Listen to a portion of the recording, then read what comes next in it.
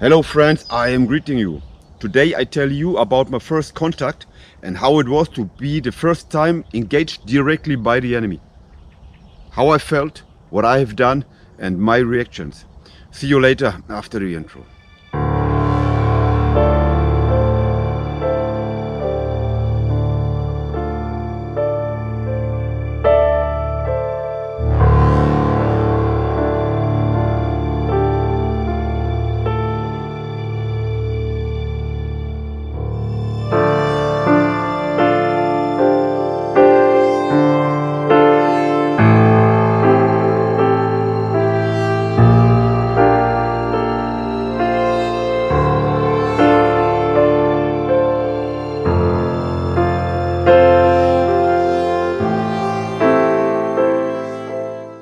So before going into the deep to my first contact with the enemy, let me tell you some important things prior to go directly to the subject. It's important to know I'm talking about l'esprit légion or l'esprit du légionnaire.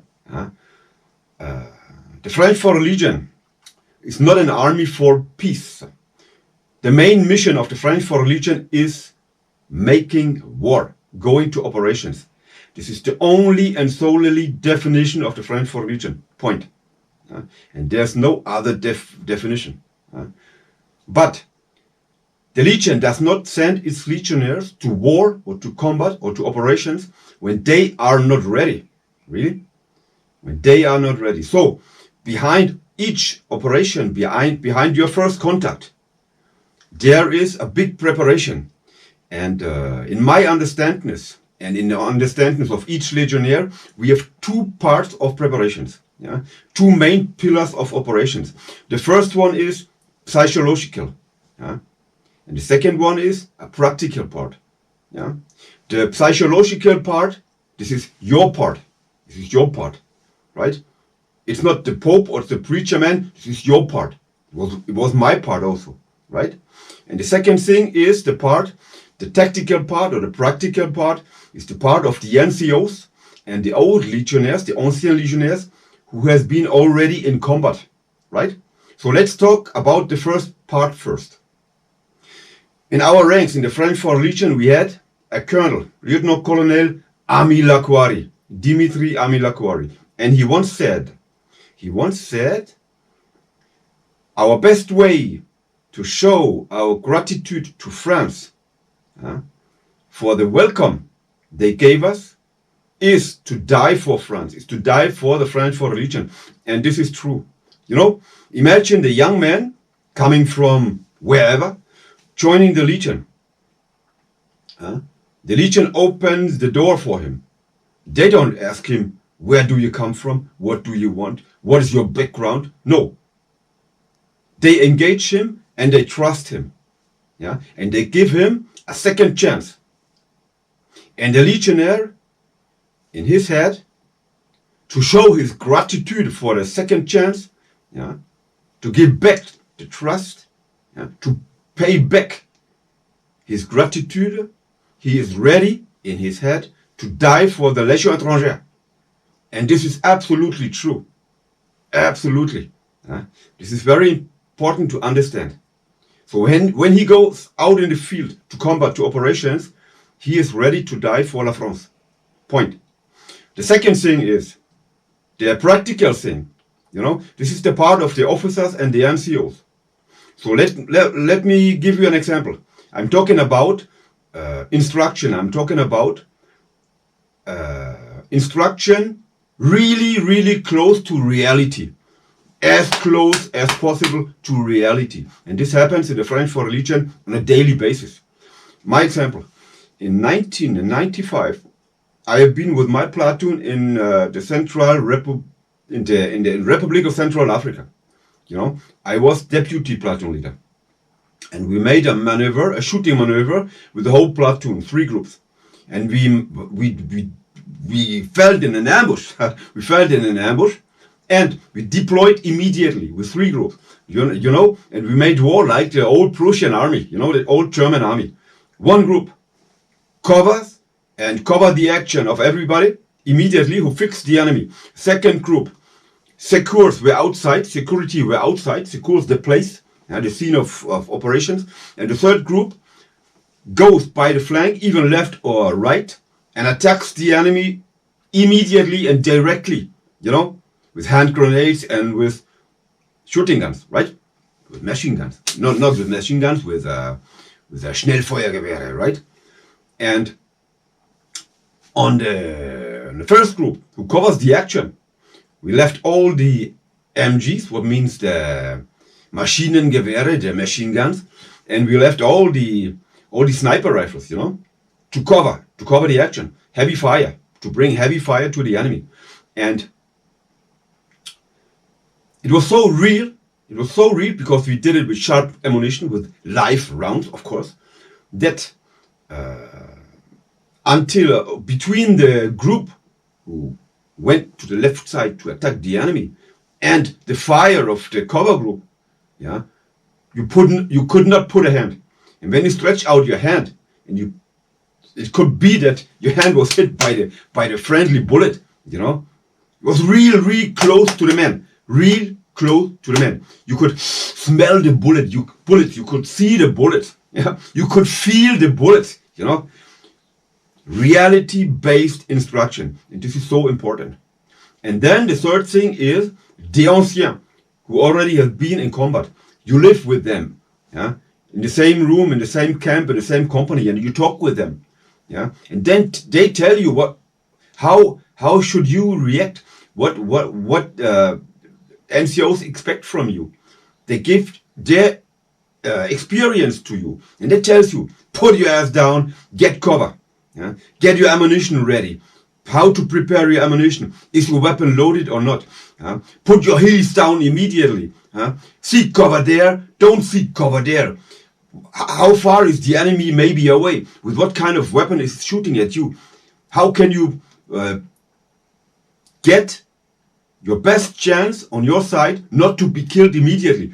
And they give you all this experience. And now, with this experience and with the reality-based instruction and with your head gratitude towards France, you are ready for combat. And this is very important to understand. This is very important to understand. So until now, everything was a game, and the first contact teach you a thing called humility. Humility, and it remembers you that life can be over in a second. In a second, my brother. That's it. That's it. So my first contact with the enemy, my first combat has been in the Central African Republic. And when it happened, when the bullet flies, so you are not a hero anymore. You come down from your cloud and you show humility. And of course, there's always a factor the name of the factor is fear. But this comes later. Fear is later. It's for later. When the combat is finished, I will talk to you about this. And when these things happen, the first fire, the first shots, the first contact, there are two things. There are two things who happen one after the other. The first thing is, I call it ego. It's you. The second thing is called solidarity and collectivity. I explain. The ego, the first thing, it lasts maybe 3 seconds, not more. Maybe 4, not more. And the first thing you do is you seek cover. You put your ass down into the dirt, into the mud. You lay down on the ground. This is the first thing you do. And this is to seek cover. And then the second thing is reflection here. What about my weapon? I am ready to fight or not? Is my weapon loaded? I am ready or not? The second is, where can I seek cover or shelter? I'm good here. No, not good. Go maybe to the side, rolling to the side. The next thing is, where's the enemy? Can I see him? Can I not see him? Can I observe or not? With what kind of weapon he is shooting at me? So this is kind of, is this good? This cover here? Is this cover not good? Whatever. And this action, these reflections, this what happened in your head lasts maybe 3-4 seconds. Still no fear. Fear is coming later. And then you wake up. It lasts maybe 3-4 seconds. Then you wake up and then you think, okay, I'm in cover, I'm in good health, everything is intact, everything is good. Bullets didn't hit me, but I'm not here alone. I have men with me, I have a mission. Yeah? I have a mission to accomplish. Yeah? And then suddenly there's a factor, there's a phenomena. You know, you are the man suddenly who's lying on the ground, who's screaming your orders, who's screaming to communicate with your buddies to the left side and then to the right side. Everybody's shooting and screaming, and one legionnaire maybe is wounded and he is screaming because he is wounded. And then this is scene number 1. And then the phenomena is that a second later you see yourself, you follow the scene as yourself are a spectator on the rostrum, on the box, and you see yourself down on the scene of the other in operations. You know, it's a strange, it's kind of surreal, irreal, not real. You know, you observe yourself lying there, being in contact with the enemy. You know, strange feeling. You know, you feel like a spectator. And everything is going slowly and surely and smoothly. But in reality, it's going quick. But in the moment, you don't feel it like this. You know? You have a lot of adrenaline in your body, a lot of stress. And when the moment comes that the spectator, so you in the box, in the rostrum, and the guy on the theater of operations coming together again, and the fight is over. And that was it. Sometimes it takes 2, 3, 4 seconds, and sometimes it takes 10 minutes. And when they both come together, the fight is finished. And everything is finished. Yeah? And then, my first reaction after the first contact, when it was finished, when it was over, when they both came together again, I wanted to smoke a cigarette, you know? And I wanted to roll a cigarette with paper and tobacco. I couldn't do it because my hands were trembling, my fingers were trembling. Fuck, no way to roll a cigarette. And this was now, the fear was here. But this is after the action, the fear. Your knees are trembling and your fingers are trembling. And this is the fear factor is coming after the action. Unbelievable. Unbelievable. Yeah, to put it in a resume, it's like you train the whole year to make maneuvers, you make instructions, and you wish to go out there to make combat. Yeah, but when the day comes the first combat, you think, holy shit, this is a dangerous place out there, dangerous, and it brings you down from your cloud, and you prove humility, right? So we legionnaires, we always live in 2 worlds. We have the world of garrison, normal garrison life, instructions and maneuvers, you know, and there's a world of operations and combat. And when you are in the world of combat and operations, you wish to be in the world of training, garrison and maneuver. And when you're here in the garrison, and doing maneuver and training, you wish to be in the other world of operations and combat. So you are never happy. You're here, you want to be there. You are there, you want to be here. So this is, you are never happy. Right? This is, we only have 2 worlds, you know.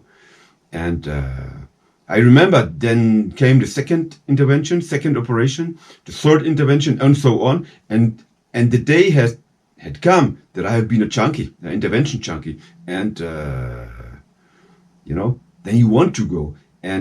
But I had always a thought in my head: is if one time I will be hit by a bullet, better to be hitten for the good, you know, finish, game over. Better this than being paralyzed or losing a leg, losing an arm, or being handicapped for life. I'm quite sure you understand what I'm talking about. And after the years, there was a certain phenomena. This applies for me, especially for me. When I was getting older, I was an old soldier. When I was married and I had children, the fear was always there. The fear was maybe my best friend. So after 17 and a half years of French for Religion, I decided to leave the army. Fear, the fear factor was there.